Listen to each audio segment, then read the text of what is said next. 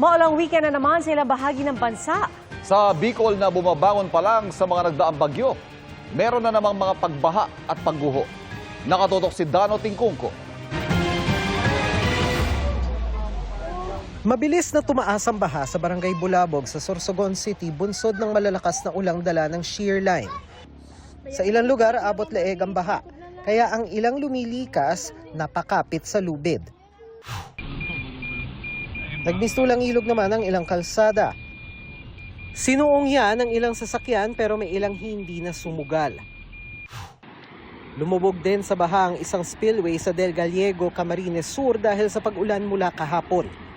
Isolated ang 5 barangay. Inaasahang uulan pa rin hanggang bukas sa buong lalawigan kaya pinalilikas sa mga nasa lugar na delikado sa baha at landslide. Magdamag at malalakas naman ang ulang naranasan sa Catanduanes kaya binaha ang ilang lugar. Nagdulot din yan ng pagguho ng lupa at bato. Babala ng PHIVOX, posible rin ang pagdausdos ng lahar mula sa Bulkang Mayon. Abot tuhod naman ang baha sa ilang kalsada sa Capiz kaya pahirapan ang pagdaan ng mga sasakyan. Tumirik pa ang isang sasakyan kaya pinagtulungang itulak. Lubog ang mabababang lugar kaya nagsagawa ng rescue operation. Sa Sarangani, binaha ang isang paaralan dahil sa malalakas na pag-ulan. Nabasa at lumutang ang ilang gamit pang eskwela. Paghupa ng baha na iwang putika ng mga silid-aralan, kaya kahit linggo, pumasok ang ilang guro para maglinis. Para sa GMA Integrated News, Dano Tingkungko, nakatutok 24 oras. At kapapasok lamang po na balita, walang pasok sa lahat ng antas sa public at private school sa lalawigan ng Albay bukas dahil sa masamang panahon. Hulikam sa Maynila ang pag-hold up sa isang menor de edad. Ang mga nang biktima, grupo rin ng mga kabataan. Nakatutok si EJ Gomez, exclusive. Sa kuha ng CCTV sa Barangay 306, Quiapo, Maynila, kita ang 5 kabataang tila nag-uusap. Pero ang batang nakapulang t-shirt, hino-hold up na pala. Bago pa ang pang-hold up, kita na rin sa CCTV video ang pagsunod ng 4 na suspect sa 14 anyos na biktima. Sapul din ang aktual na pagtangay nila sa pera ng biktima na nagkakahalaga ng 600 pesos. At ang pagtakbo nila palayo. Napapunas na lang ng luha ang ninakawang biktima. Matapos bumili sa tindahan ng biktima, di pa rin siya tinantanan ng 4 na menor de edad hanggang sa nakapansin ang mga tindera.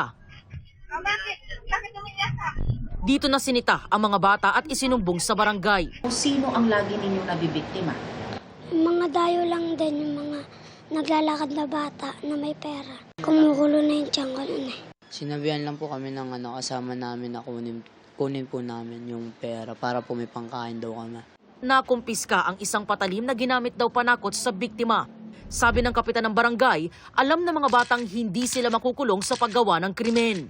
Mga suki na kung tawagin, no? Mga minor offenders dito sa ating barangay. No? They're aware na dahil bata sila, hindi sila basta-basta makukulong. Nagkaharap na raw ang mga magulang na mga sangkot sa insidente at naibalik na ang perang ninakaw. Napagkasunduan din na sumailalim sa community service ang mga child offender bilang intervention. Ayon ito sa mga nakatakda sa Republic Act 9344 o Juvenile Justice and Welfare Act. Para sa GMA Integrated News, EJ Gomez, nakatutok 24 oras. Ang traffic na kalbaryo sa araw-araw sa Metro Manila asahang lalala pa ngayong malapit na ang Pasko at pagsapit ng Christmas rush. Ang tugon ng mga otoridad para ibsan ang bigat ng trapiko, alamin sa aking pagtutok. Pansin niyo bang bumibigat ang daloy ng trapiko nitong mga nakarang araw, lalo na sa EDSA? Sa datos ng Metro Manila Development Authority o MMDA, hanggang nitong November 25, umalo sa mahigit 464,000 na sasakyan ang dumaraan sa EDSA kada araw. Posibleng bunsod daw ito ng maraming umuuwing balikbayan na magpapasko rito at mga maagang nagsimula sa kanilang Christmas shopping. Definitely, there will be an increase of volume of vehicles for the next few weeks. Yung mga traffic congestion or tinatawag natin mga bottleneck will be near the mall areas. Kaya naman kahit weekend, traffic. Kahit araw ng linggo, makikita natin nagkakaroon ng pagbigat ng daloy ng trapiko dito sa EDSA sa bahagi bago dumating ng North Avenue kung saan matatagpuan ang 2 malalaking mall. Ayon sa MMDA, asahan ang patuloy na pagbigat pa ng daloy ng trapiko dahil sa Christmas rush. Ang mga traffic enforcer ng MMDA extended duty na rin. Simula noong November 18, alas 11 na ng umaga hanggang alas 11 ng gabi ang mall hours. Kung gusto ng malls na hanggang madaling araw sila bukas, mas mabuti pa ho yun. Ano ho ba ang layunin natin dito? Na huwag sumabay ang mga mall goers dun po sa rush hour sa gabi. Patuloy ang clearing operation sa mga LGU at MMDA sa Mabuhay Lane para walang sagabal sa alternatibong ruta ngayong mabigat ang volume sa EDSA. Pinatitiyak din ng Metro Manila Council na hindi maging sagabal sa daloy ng trapiko ang mga tiyangge. Panawagan nila sa mga motorista. Kung tayo mismo mag-violate, tayo ang magiging dahilan ng traffic, tapos tayo rin na magko-complain na napaka-traffic, mas mabuting sumunod po tayo sa batas trapiko. Paalala rin ng MMC lalo't sunod-sunod na ang mga Christmas party, huwag magmaneho ng nakainom. Mga kapuso, kung maaga na kayong mamimili ng panghanda sa Pasko, maging wais po. May mga nagmahal na kasi pero meron din namang naka-discount para po hindi masakit sa bulsa. Nakatutok si Mav Gonzalez. Pagpasok ng Disyembre, nakahilera na ang Noche Buena items sa grocery na ito sa Quezon City. May mga discount at packages na. Gaya ng spaghetti pack at macaroni salad pack na ang presyo ay depende sa size at brand. Makakabili rin ng sahog na buy one take one. Depende sa brand at dami, nasa 73 to 229 pesos ang hotdog. Kompleto rin ang pangsahog sa fruit salad. Depende sa size at brand ang presyo ng fruit cocktail, all-purpose cream, condensed at evaporated milk at keso. 64 to 204 pesos ang nata de coco at kaong. Ang hamon, nasa 181 to 393 pesos. Mas mura ang sweet ham sa 126 pesos. 309 to 466 pesos naman ang queso de bola, depende sa brand. May Noche Buena package na kumpleto na, mula 300 hanggang 750 pesos. May imported items na nagtaas presyo dahil sa paghina ng piso kontra dolyar. Kung alam natin anong ihanda natin, pwede na tayong bumili para di maunahan. At yun, makakatipid tayo sa halaga, pamasahe, oras, parking space, anxiety, tension, stress. Siniguro naman ng Department of Trade and Industry, walang taas presyo sa basic necessities. No price increase until the end of the year. And then for the Noche Buena, more than 50%, the price will remain the same as last year. And yung mga iba, they just increased but less than 5%.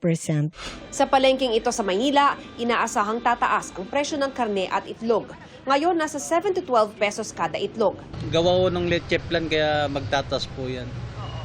Siguro mga 15 o 16 na araw-araw na yun magtatas. Ganyan naman po lagi pag December. Yung po nagtatas. Mabandang 16 hanggang katapusan na yun. Nasa 50 sentimo hanggang piso ang itataas ng presyo ng itlog. Nasa 350 pesos naman ngayon ang kada kilo ng baboy. Pero 400 pesos ang liempo at lomo at nasa 300 to 320 pesos ang ribs at pata. Tumaas din ang presyo ng manok. Para sa GMA Integrated News, Mav Gonzalez, nakatutok, 24 oras. Nagbukas ang website ng International Criminal Court para sa mga nais tumestigo sa investigasyon kaugnay sa war on drugs ng Duterte administration. Nakatutok si Jonathan Andal.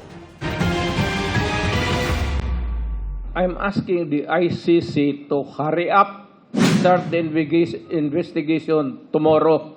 The ICC does not scare me a bit. 2 linggo matapos ang hamon na yan ni dating Pangulong Rodrigo Duterte, inilabas ng International Criminal Court o ICC ang panawagan para sa mga saksi para ito sa investigasyon nila sa aligasyon ng mga krimen laban sa sangkatauhan, kabilang ang anilay pagpatay, torture at karahasang sexual sa gyera kontra droga ng Administrasyon Duterte. Umaapila ang ICC na lumutang ang mga direktang saksi, kabilang ang mga miyembro ng PNP at iba pang alagad ng batas na may nalalaman o kinalaman sa mga nangyari. Kung gustong tumestigo, bisitahin ang link na ito para maibahagi ng confidential ang inyong paunang impormasyon. Sabi ng abogado ng mga biktima ng umano'y EJK o extrajudicial killings ng Duterte administration.